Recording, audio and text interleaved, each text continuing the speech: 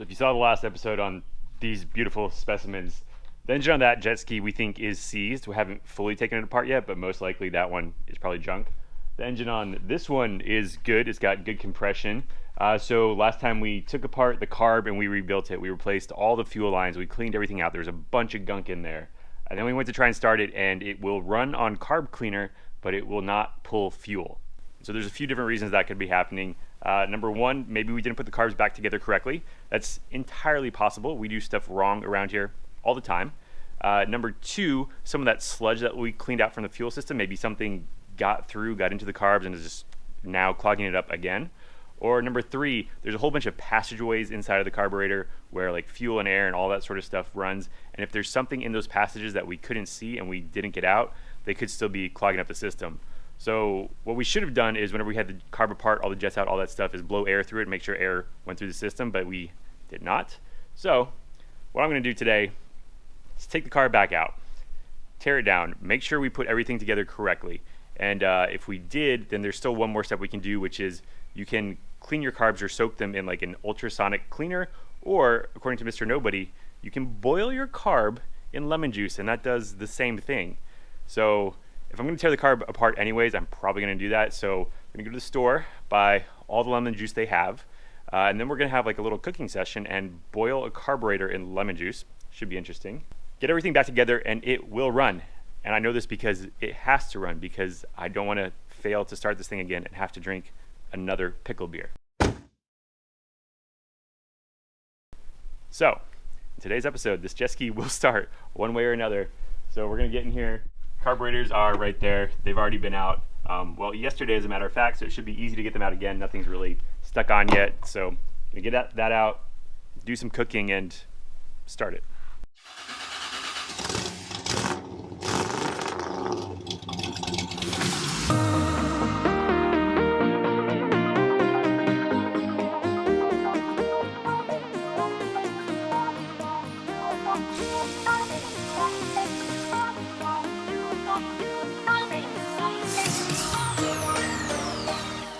Alright, so the way this works is if you pretend this is the front of the jet ski over here, fuel comes in through this line right here, it goes into the primary carburetor, it goes through this little line to the secondary carburetor, and then any unused fuel goes out the return line back to the fuel tank.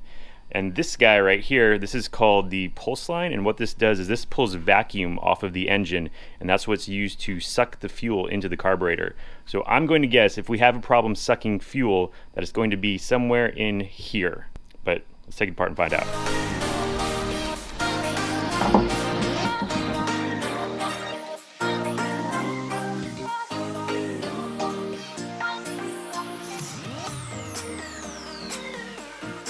Alright, so pretty quick here, there's a couple things I'm seeing. Number one, so this is the pulse line that's supposed to be pulling the vacuum, and that's full of oil.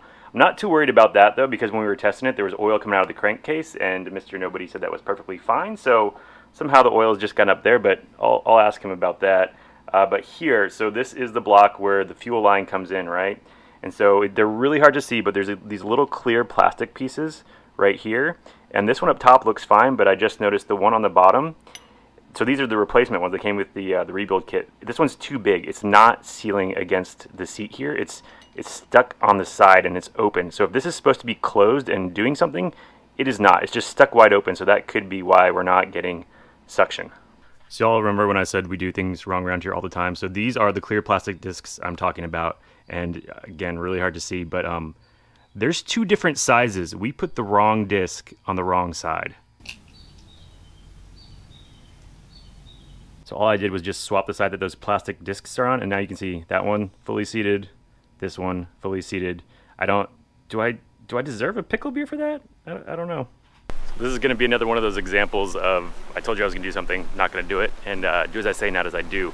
So I just put the carb right back together. That problem was pretty obvious, and whenever we took this thing apart and cleaned it, everything was really clean. There was no gum in the jets or anything like that. So what I should do right now is go to the store, boil this, and then put it back together. Well, you have to take the whole thing apart again. But I'm going to spend 15 minutes putting it back in, just try and fire it up. If it doesn't work, I just wasted a half hour, and maybe I'll drink a pickle beer. I don't know.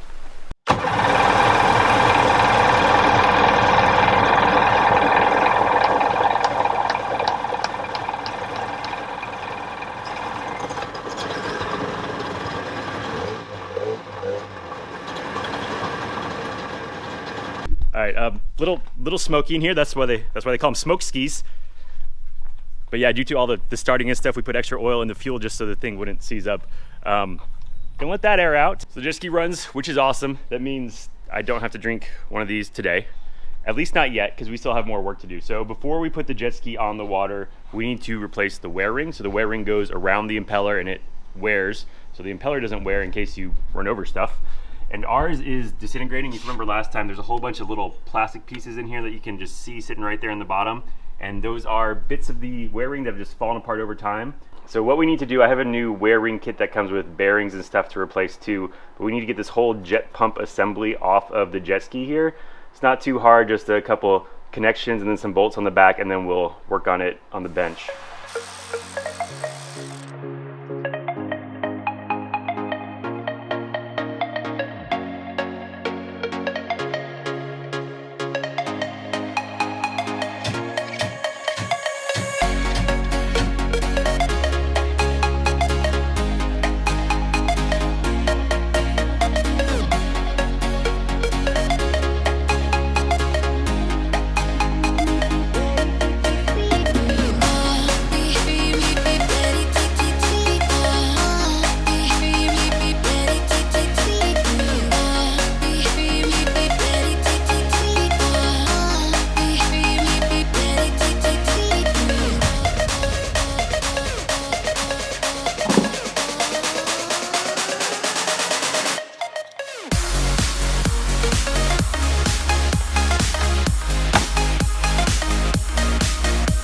So we've got this thing apart. Getting this out was kind of a pain in the butt. So on newer jet drives, they actually put a plate back here so you don't have to worry about these pipes and stuff coming out the back, because these, they put silicone around them to seal them up. So on the newer ones, there's a plate with all that on it, and then the rest of the jet drive bolts to that plate, so it's a lot easier to get out. This one was just kind of a pain in the butt, so we had to use the slide hammer to yank it out, but it came out. Getting the impeller off wasn't too bad. There's just some Loctite on there, so you gotta use some force. And then the old wear ring, it was so much gone, like all the black part of it was just off, and I wasn't sure if this white part was supposed to come out or not, but good news, it is. So a lot of people use different ways to get these out. Mr. Nobody said the best way to get it out was to just cut it, just be very careful. So I did cut it, and I was mostly careful. We have just a little scratch right there, but nothing that's gonna hurt anything. The new wear ring will cover all of that up. And so the new wear ring is in the freezer right now. It's actually been there for about a day. People say that's the best way to get them in, to freeze them so they shrink, and then you just drop them in. We'll see if that actually works. But I do have that rebuild kit here for the impeller shaft. So we're gonna take the old parts out, put the new parts in, and then get to reassembling this guy. And that should be it for the jet drive.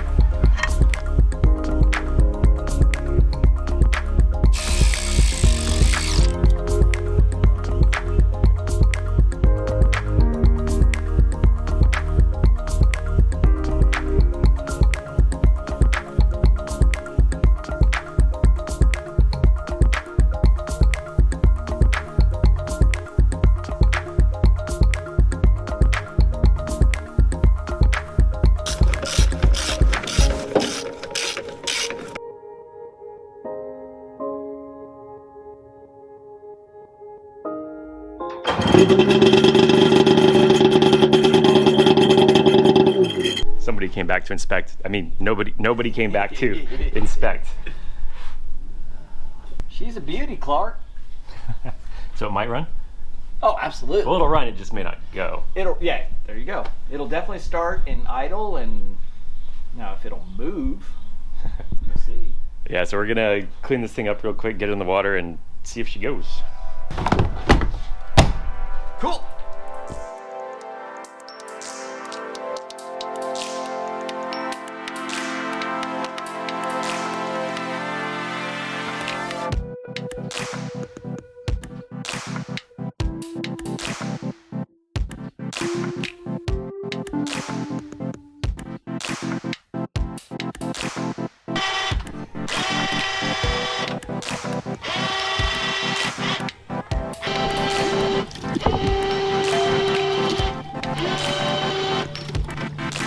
Well, who did that? Or they did that. We have touchdown. It does turn out that one has more of a V hole than the stand-up jet ski we put down here before, and it's also heavier, so that was interesting, but it's down. We only scraped off a little bit of the hull. So Mr. Nobody advised checking for leaks before we take it out, so we're gonna do that real quick, make sure it's watertight, and then see if she goes. All I see is junk and not water.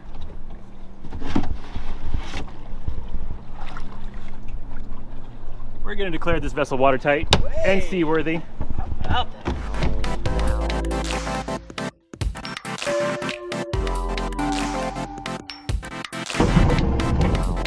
Oh no!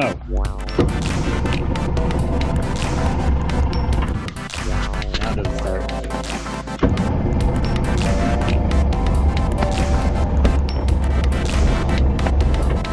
It's on.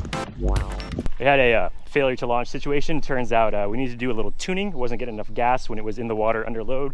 So we are now slightly more tuned, and I am going to slightly fall here, but we'll get going here in a second. They've just been watching. What do y'all think? Is it gonna go this time? I don't know.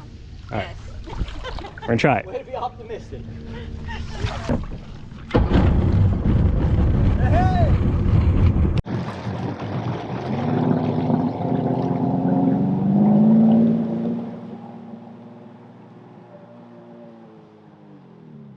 Oh! All right, so we need low speed screws turned out. Or high speeds. Wait, we're out on the high speeds. So whenever you give it gas, it wants to die. That's because it still needs to be tuned. So apparently the way to tune these is you tie it to a pole, you give it full throttle, and you just adjust it while you're sitting there You got to do it under load. tied to a pole. He's the guy who knows what we're doing. So I'm just gonna go with it.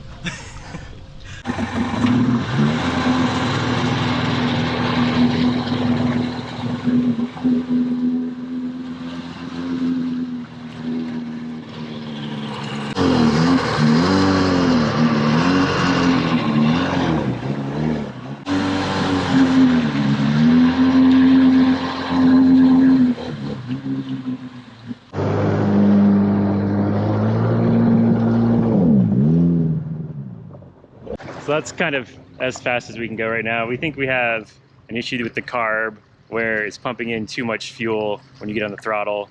We need to change out a spring, make it harder to get that fuel through the system. But for now, I think we'll have to go find another pickle beer. I don't know. They call this the ride of shame.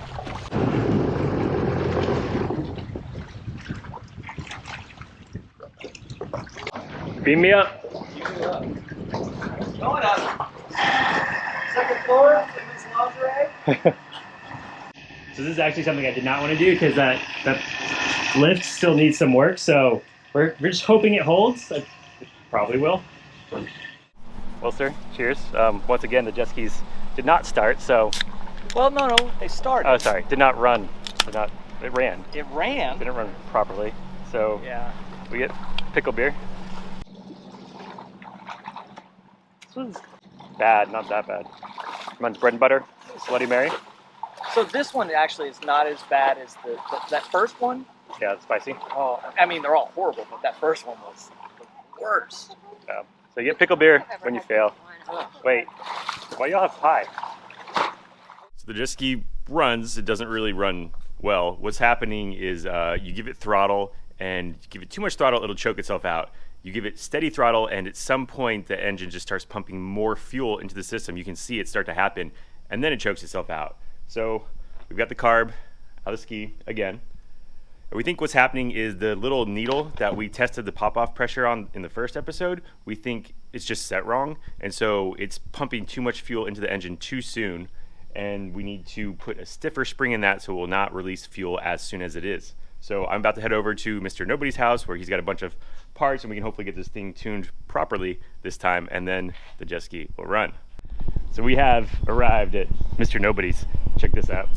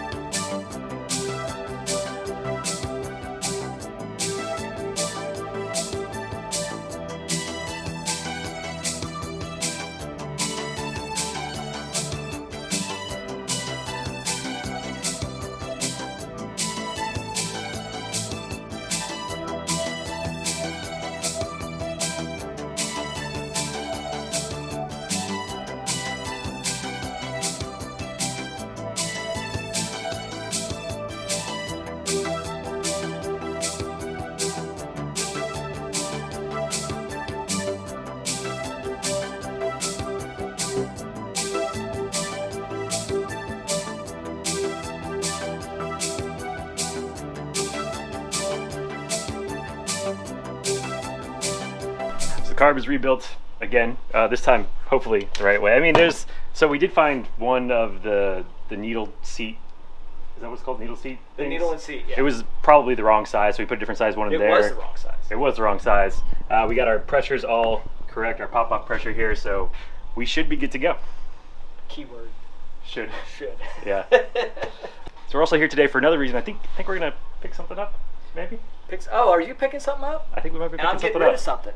So it's a sad day for me. Sad day. Well, remember the first day you buy your boat and the day you sell your boat are the happiest days of your life. Or get another boat.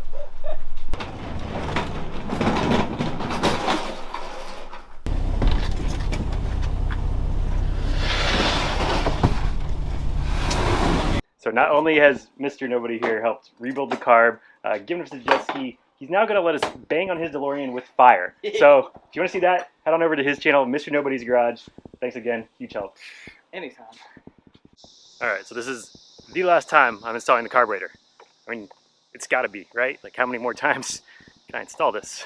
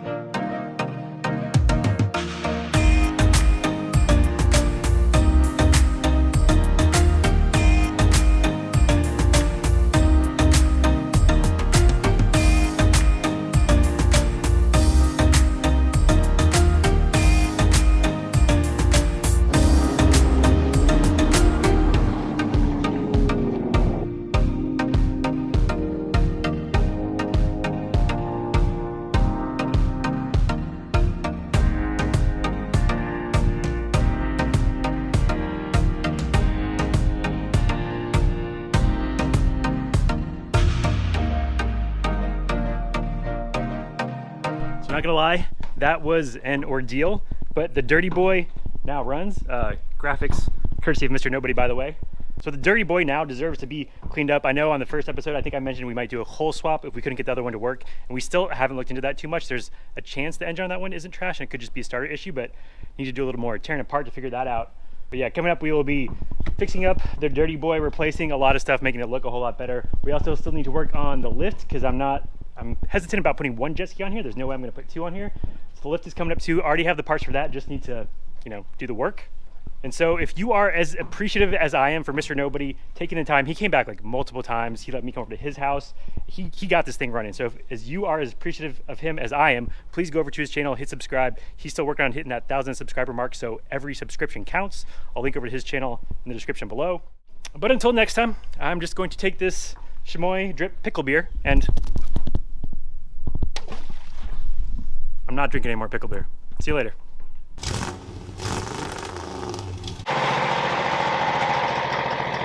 I guarantee you my wife's gonna say something. Problem is, now I have to go get that pickle beer that I so carelessly threw away. Good news is we have a jet ski to do it.